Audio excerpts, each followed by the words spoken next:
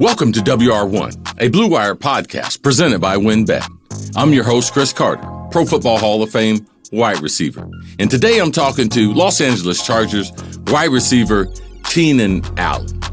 The North Carolina native was drafted in the third round by the Chargers in 2013. After his rookie year, Keenan Allen finished with 71 receptions, 1,046 yards, leading all rookies that year and breaking the Chargers' rookie record. In 2016, Keenan suffered a season-ending injury, tearing his ACL in the season opener against the Chiefs. But that didn't stop him from coming back stronger than ever. The four-time Pro Bowler was named NFL Comeback Player of the Year during the 2017 season after 102 receptions, 1,393 yards, and 6 touchdowns. With impressive stat lines like that, Keenan can be considered one of the most productive wide receivers in the NFL. Stay tuned for my interview with wide receiver Keenan Allen. Welcome to WR1, a Blue Wire podcast presented by WinBet. I'm your host, Cris Carter, and I'm fortunate enough to talk to the best wide receivers in the league. And I've been knowing this guy 8-9 years and seeing him being consistently one of the best wide receivers. It's a pleasure to have him on the show, a native of North Carolina. Decided to go west in college. I think there's a little story of why he decided to go to Cal, and then also has been playing his football on the West Coast with the Chargers. NFL Pro Bowler Keenan Allen. Yes, sir. Yes, sir. How you doing, bro? I'm good. How you? Good, man. It's been a long time coming, man. Absolutely. I gave you a little training starting out your career, and then you've just gone to the next level. And I'm always reading and always following you. So I see that you've kind of taken on the mentoring thing throughout the years with different receivers, not only on your club but throughout the league. Yes, sir. I'm trying to, man. It's just about gaining that knowledge and giving that knowledge. All right. So I'm gonna go back to the beginning because I think you were an athlete that could play pretty much any sport. And we know wide receivers are special, but that wasn't your position. Yeah. What led you to playing wide receiver, and what other positions did you play? And I believe one of those positions you could have played at a high level. Yeah. So what led me to play wide receiver at the next level, which was college, it's just the Army All-American game. I went there as a free safety. I was the number one free safety in the nation at the time. And I just felt like the game was slow. I wasn't getting the ball. The ball wasn't coming to me. Boring. Like center fielder in a baseball game. Yeah, I'm just dropping back, waiting on it to come to me. And it was just boring. I felt like I could do more, for the team as an offensive player. And, that's when I made the switch. I was like, I want to play offense. Now, was that just an internal feeling? Did you have some assistance from your family? Because I know there's a prominent coach out there. People would argue the best coach that's ever coached in college football, Nick Saban. Not only did he trying to convince you to play safety, but he was trying to get you to play safety at Alabama. Yeah. I think it was internal, though, man. The game was real boring. It was just boring for me.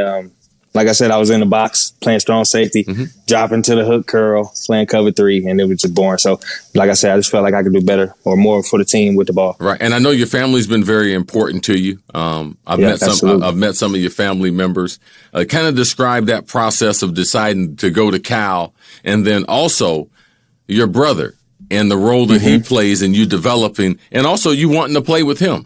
Yeah, like you said, I was committed to Alabama with Nick Saban, free safety. And at that time, my brother was at Buffalo with Turner Gill. And Turner Gill was, I think he had just got released or whatever his situation was. He had went to Kansas and transferred. So my brother, his door had opened up to transfer to a bigger school. And, he was looking at everybody, Clemson, NC State, North Carolina, Cal, and he decided he wanted to go with Cal because, Teffer, he put out some big name quarterbacks at the time, great quarterback coach, and they just had some good things going. So, I was just like, wherever you want to go, man, that's where I'm gonna go. So I just put all my stuff aside and, decided to go wherever he wanted to go, and it was Cal. So. And your family's been a tight knit family. I know you had tragedy in your life as a youngster. But you've had other people that come on and step up and be role models for you. Explain that to me. Absolutely, yeah. My dad died when I was 16. I was in high school, sophomore. Like you said, tragedy. I was going through a hard time. But at the time, my mom, her husband, Scott Lane, step pop's been in my life since I was 2.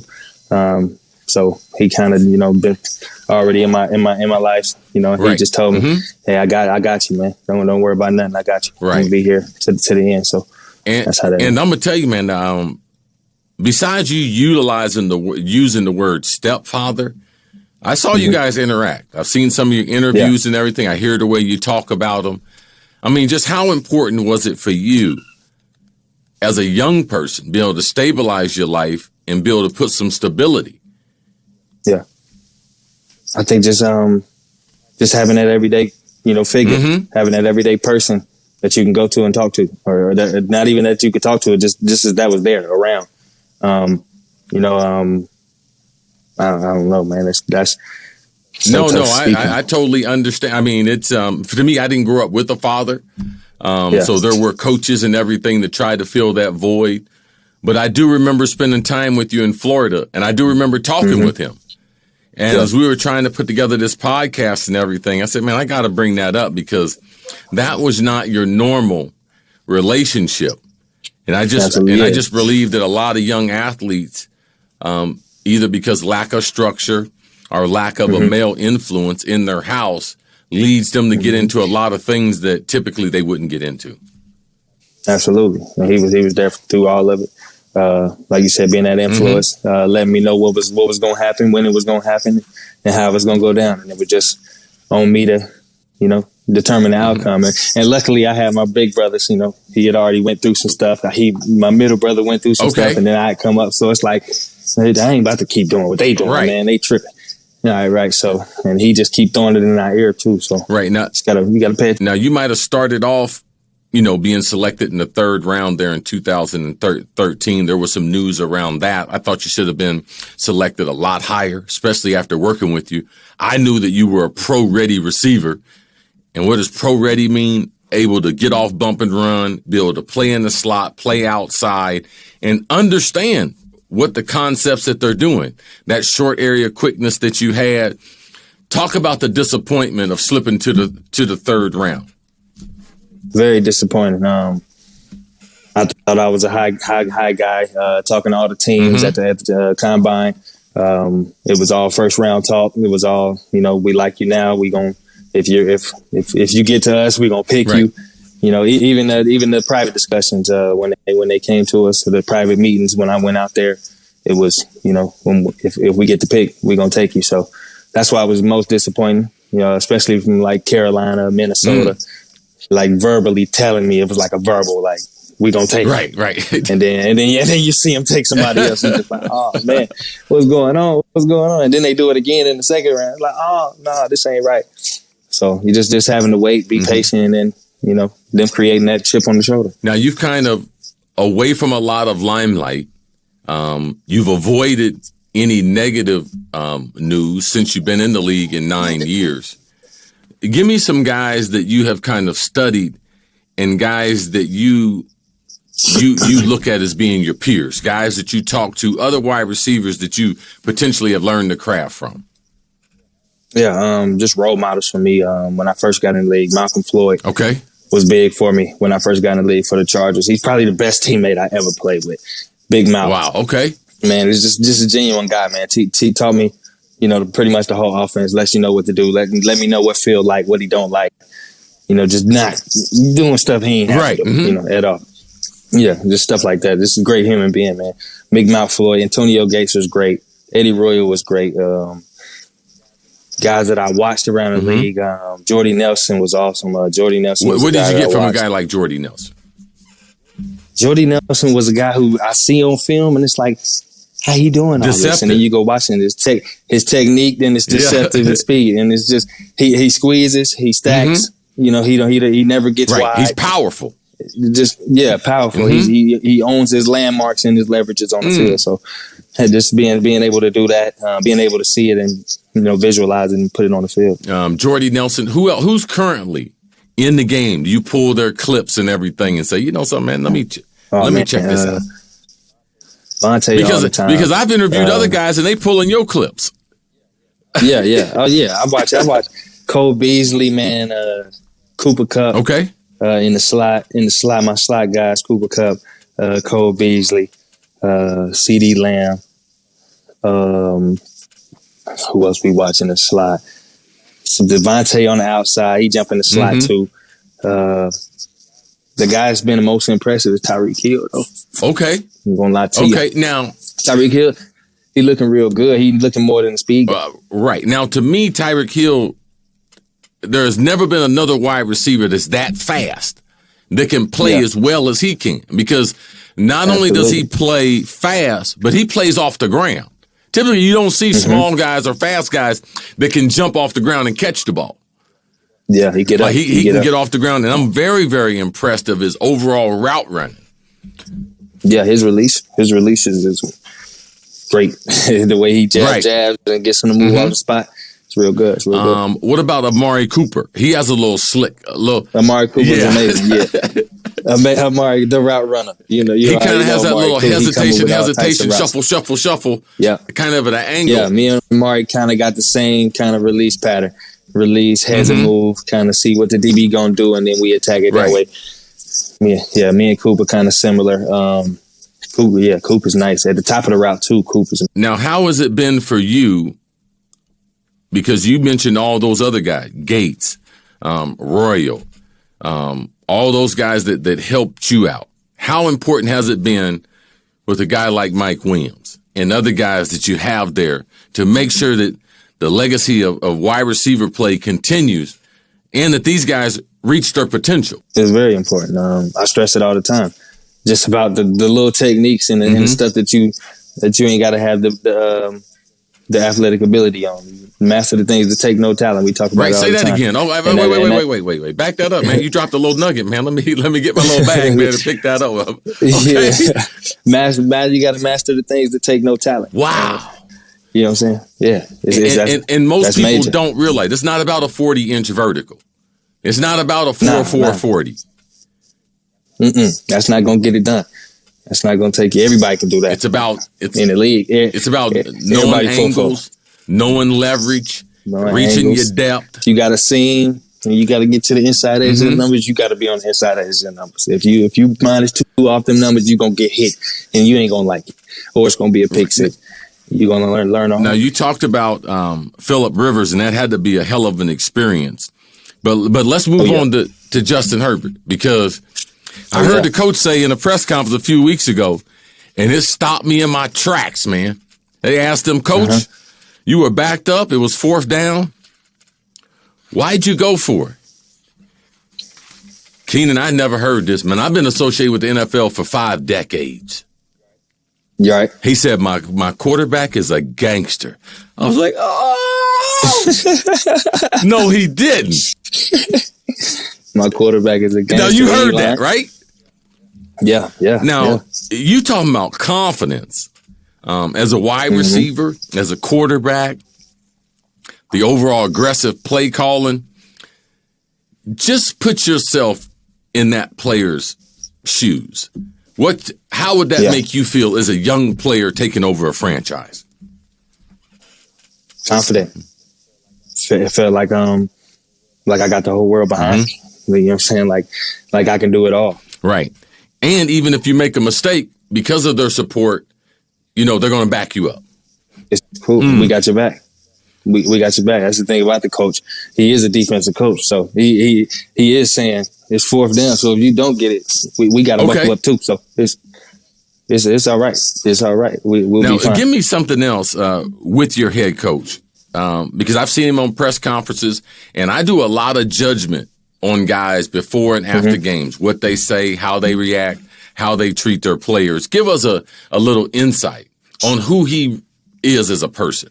Yeah, I think he's a great leader. Just the energy he brings, the confidence, like you said, the confidence the way he talks. He believes and he truly has the confidence that we can get it done, and he believes that his way works. And I believe it too. You have a great leader that comes in like that, and he takes over the building, takes over the room, and it speaks volumes. And he's been doing a great job. He's changed a lot of things, and it's been for the benefit of the player. So It's been great. I know you have a great deal of interest. Most guys in the NFL have a great deal of interest. I don't think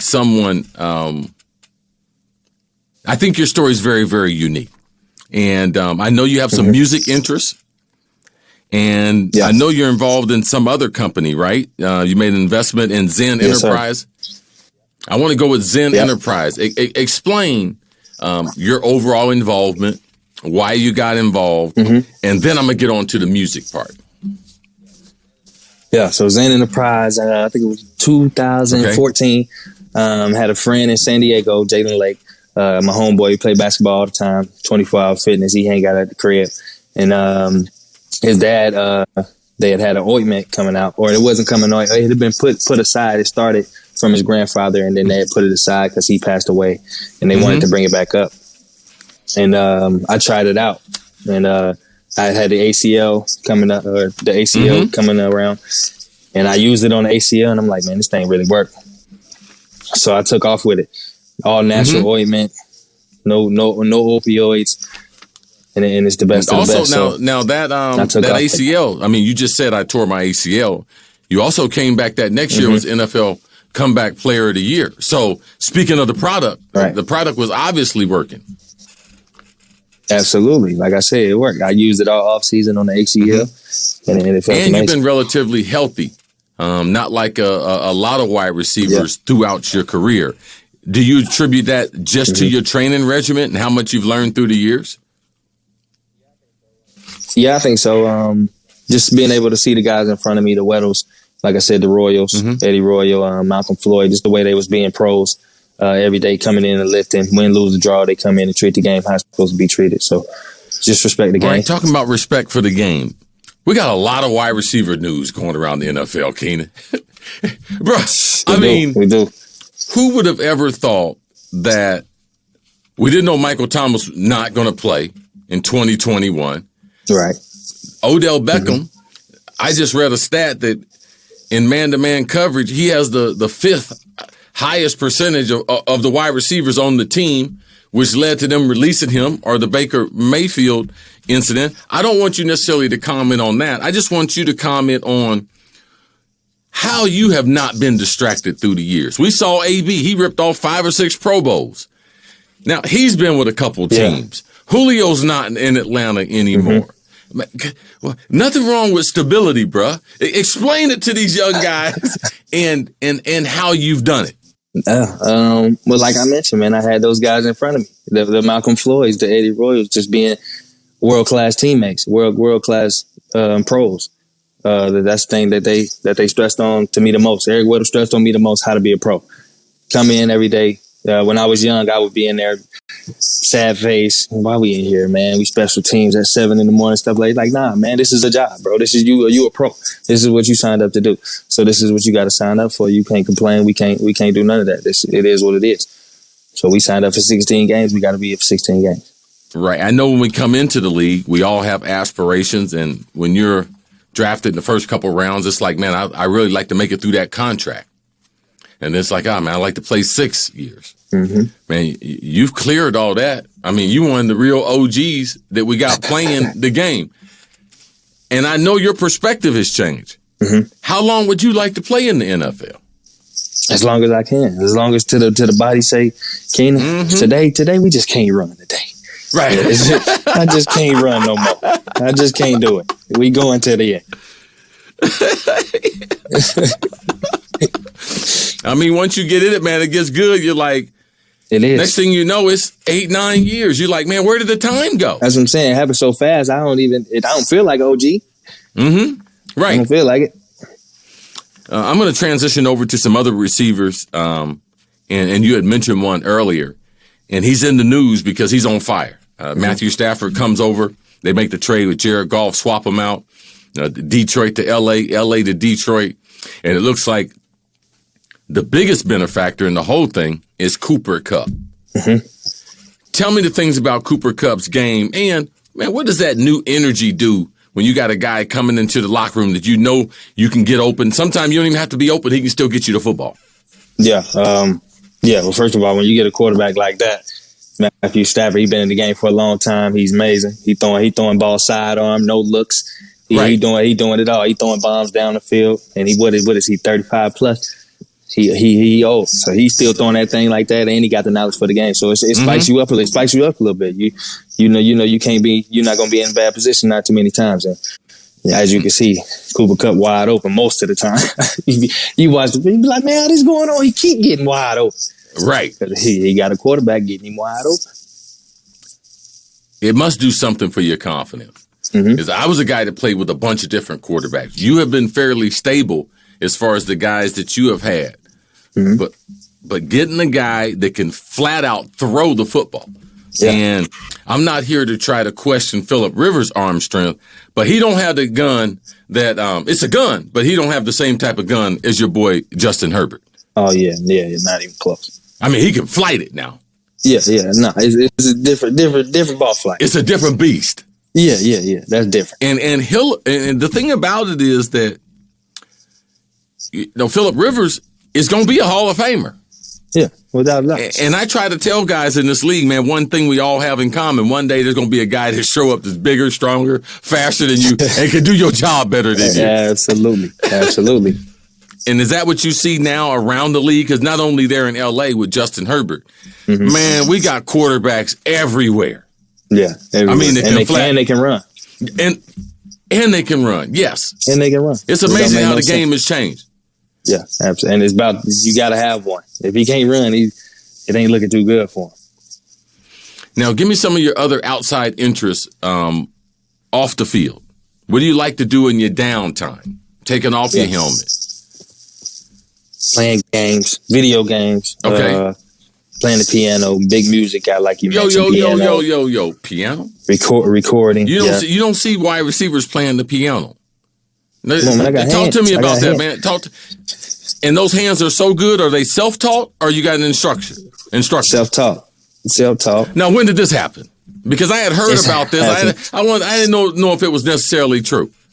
Yeah. How long you been going through this process? I've been playing since I was a junior in high school. On and off up until college. Then I actually got my own piano, once I got drafted. So, really? And so since then, have you taken any type of music lessons or collaborated? I got some vocal lessons. I went and got vocal lessons.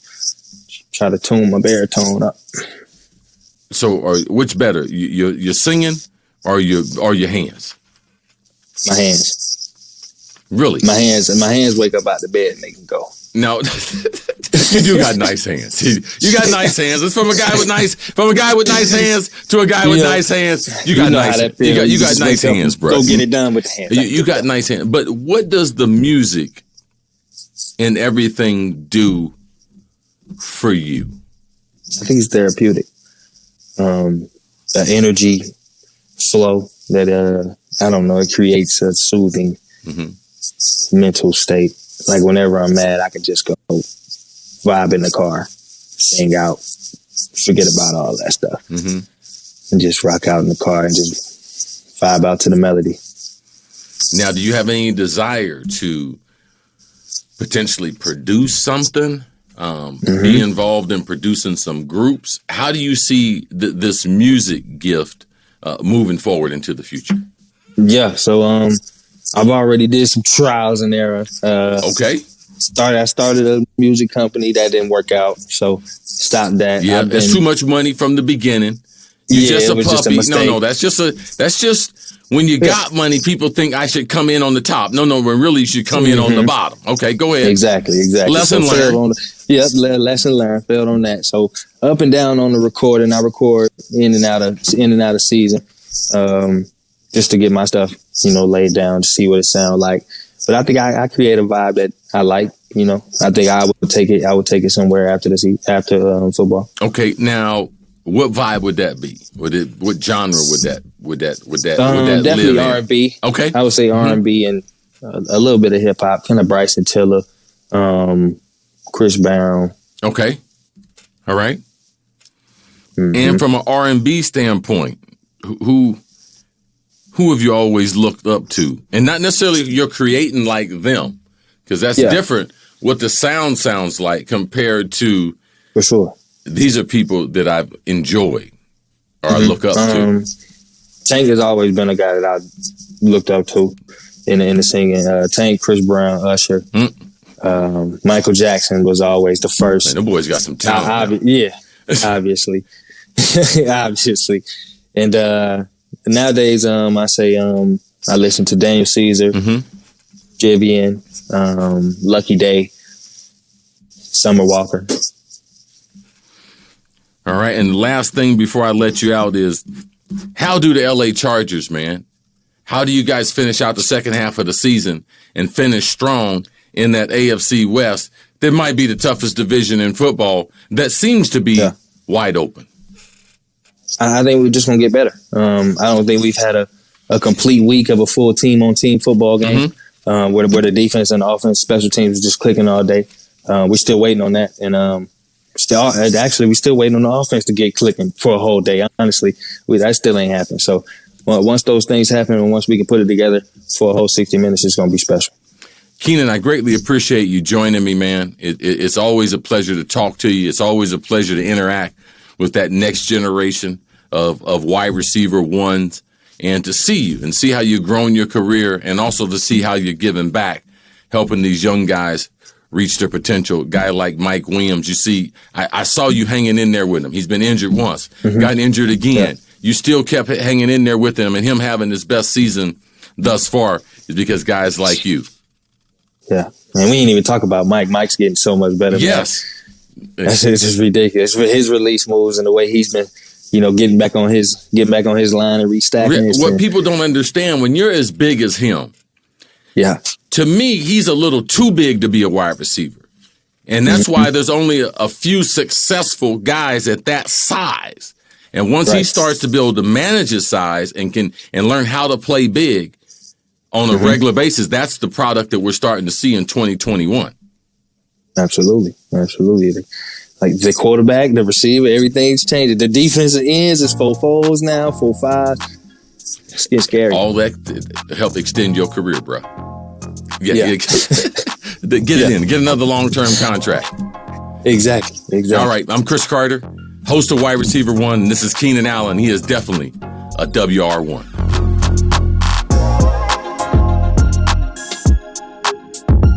Thanks to Keenan Allen, and thanks for listening to WR1, a Blue Wire podcast presented by WinBet. Don't forget to subscribe on Apple, Spotify, or wherever you get your podcast. I'm Cris Carter. Catch you next week.